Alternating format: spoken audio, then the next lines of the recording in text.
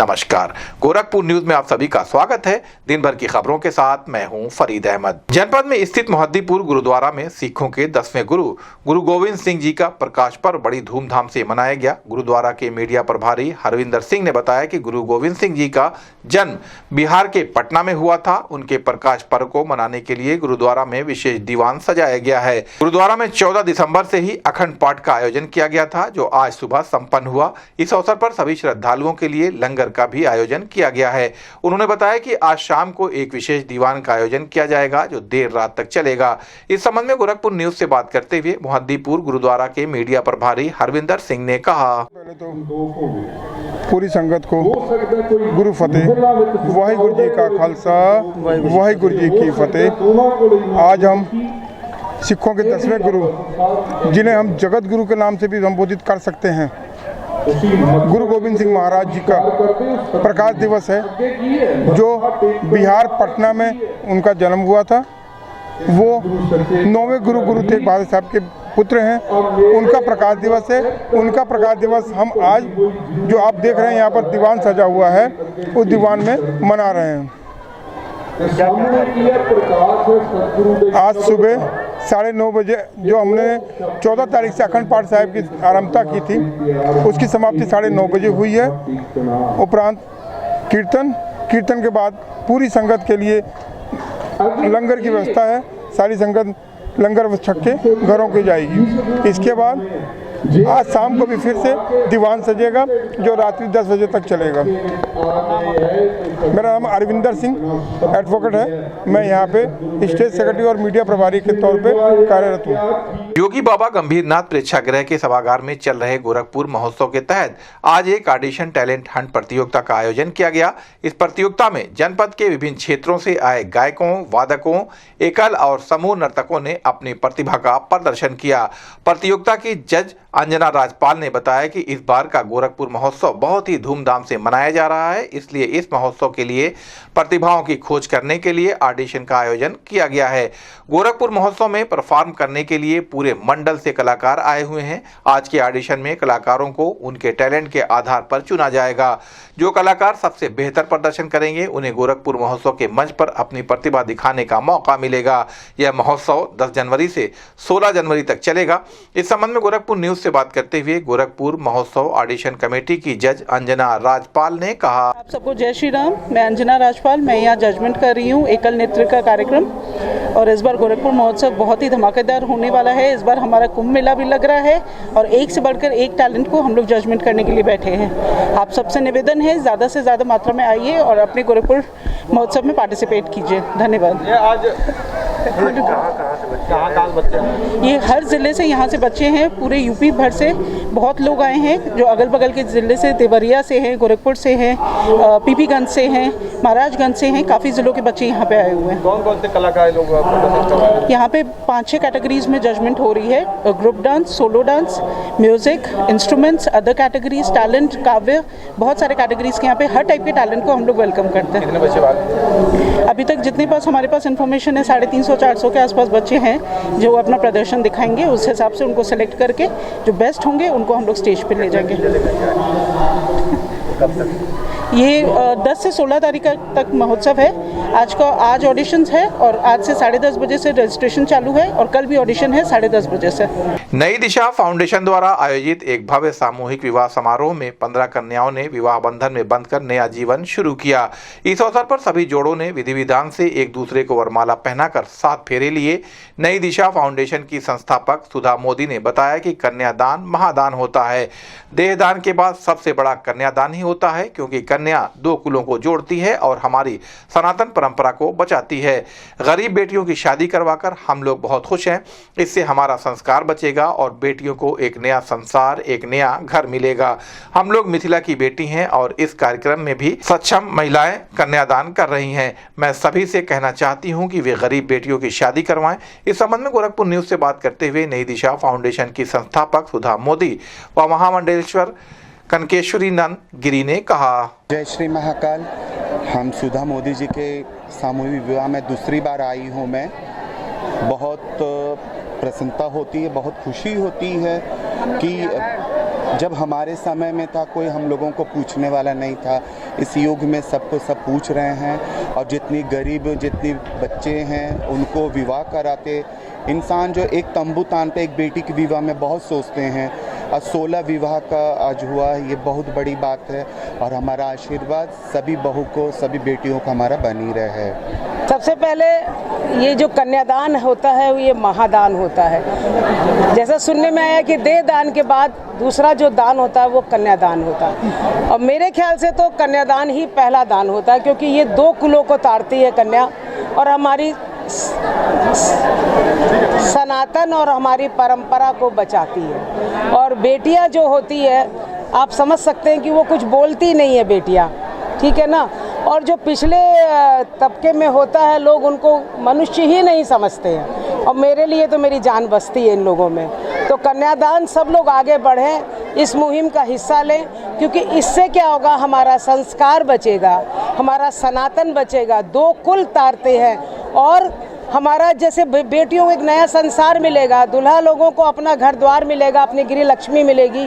कहते हैं ना, जैसे जन्म से राघव रामचंद्र जी, मैं तो मिथिला की लड़की हूँ, तो जन्म से रघुबर को मतलब देख रही थी। यहाँ सभी मिथिलानी है, आप देख रहे हैं, सबका अलग अलग, हमारी महिला और पुरुष सब कन्यादान भी कर रही हैं आगे बढ़ के अलग अलग। तो आप सोचिए कितनी बड़ी बात है। पूरे देश से कह रही हूँ कि आगे बढ़े, जो बेटियों की शादी नहीं हो रही है उनकी शादियाँ करें, आगे बढ़ के कन्यादान करें, उनको सामान मुहैया कराए, उनके गांव में जाए, उनके पूछे उनसे। 100% ये जोड़ा जेन्युइन जोड़ा है, 100% आधार कार्ड सारी चीज़ें इनसे पूछी गई है। इनको बुला, आप एक एक का वीडियो ले सकते हैं, एक एक से पूछ सकते हैं। कहते हैं ना ठाकुर का कैसे हम लोग करते, जन्म से राघव तो है जो है तानी, कहे आज जी की सभी मिथिलानी। अरे पाहुना ई मन कैसे माने, अरे पाहुना ई मन कैसे माने।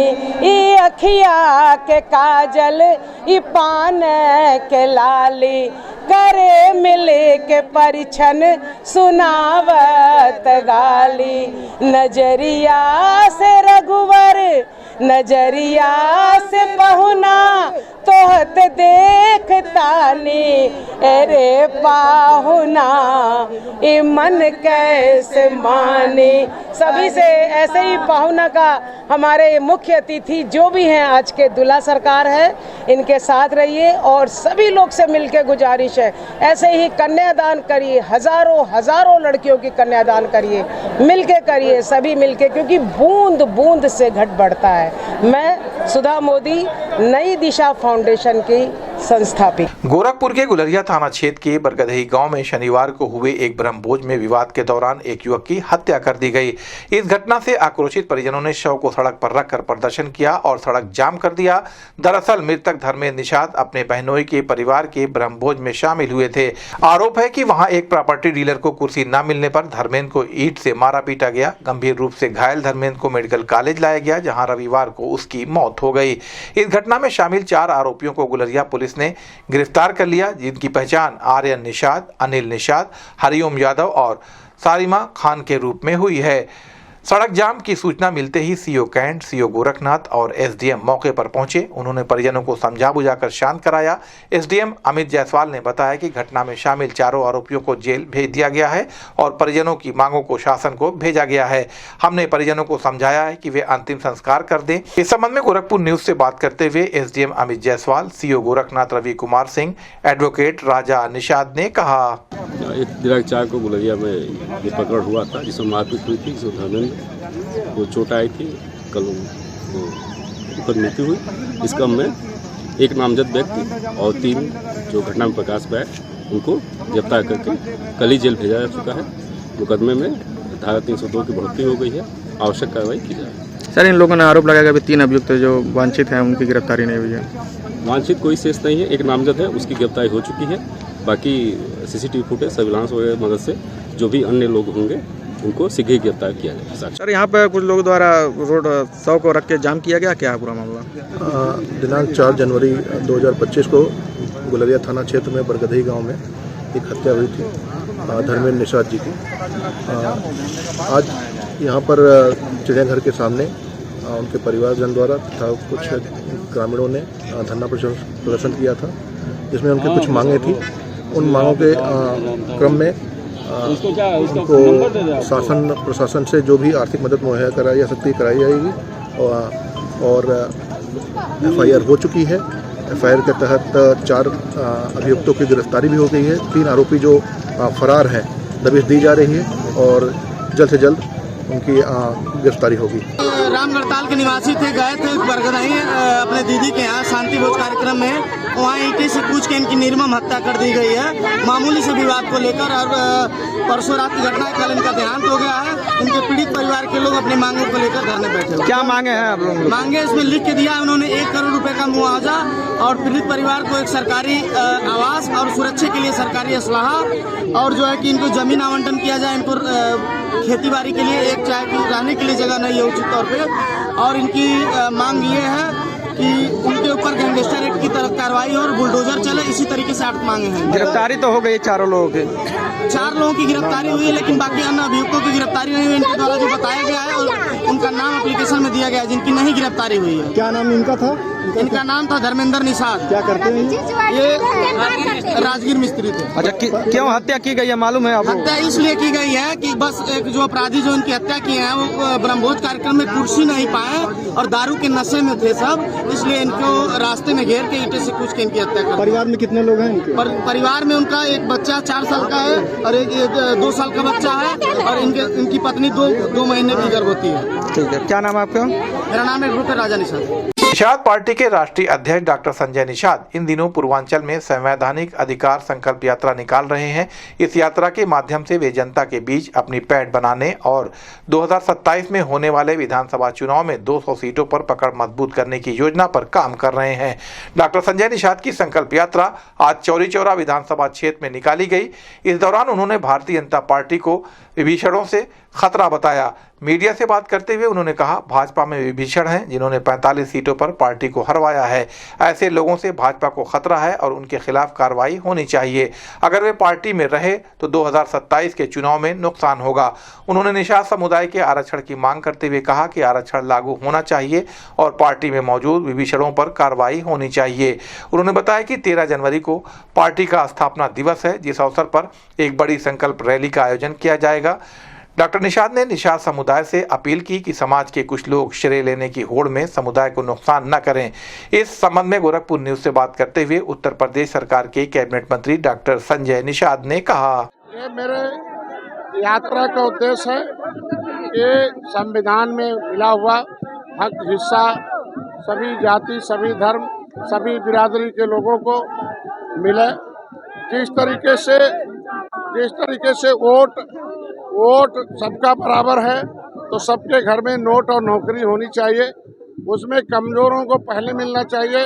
जिसमें अंग्रेज़ों ने जिसको उजाड़ा है, निषादों को कानून बना के उजाड़ा है, ऐसे लोगों को संविधान में पहले आरक्षण की व्यवस्था दी गई है कि निषाद का बेटा स्कूल जाएगा, अपने सरकारी पैसे से पढ़कर सरकारी नौकरी पाएगा।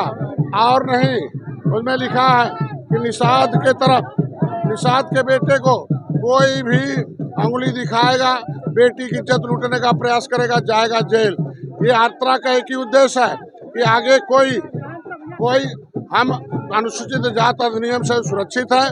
कुछ विभीषणों ने, कुछ समाज के लोग दूसरी पार्टियों में रहकर मेरा दिल्ली से जो संविधान में हमारा आरक्षण था उसको सपा बसपा कांग्रेस में रहकर खा गए।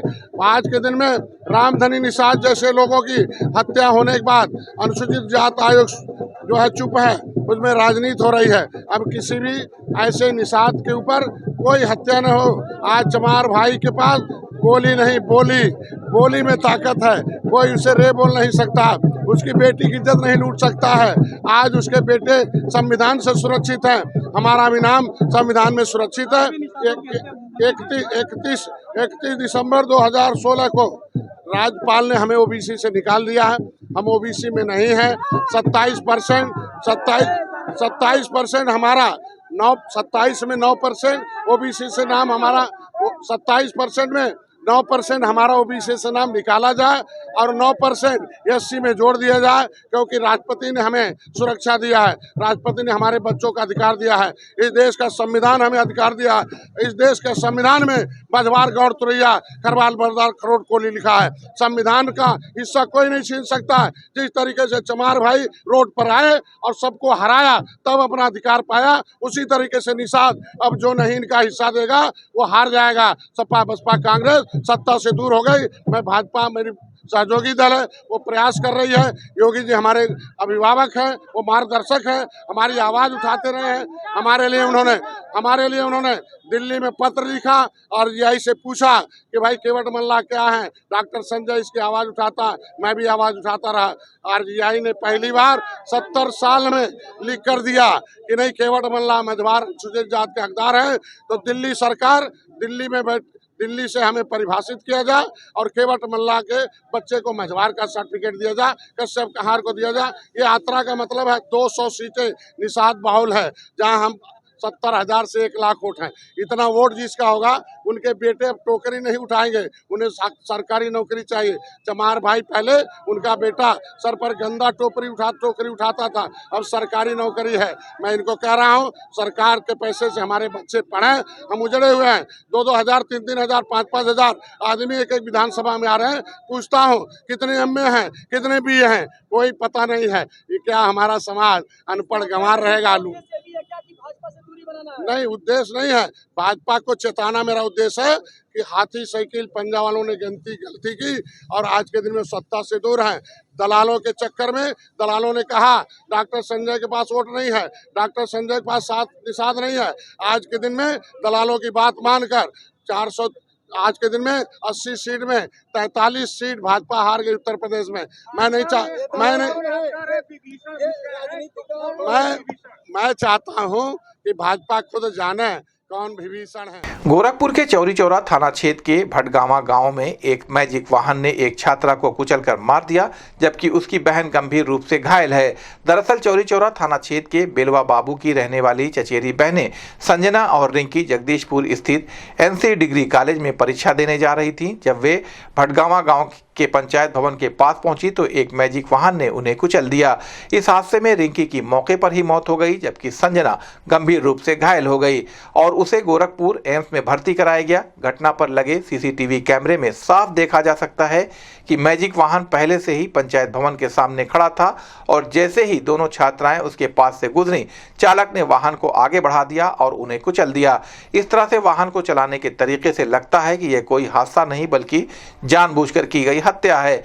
मृतका के चाचा सुनील कुमार चौधरी ने चौरी चौरा थाने में तहरीर देकर आरोप लगाया है कि उनकी भतीजियों को जानबूझकर मारा गया है।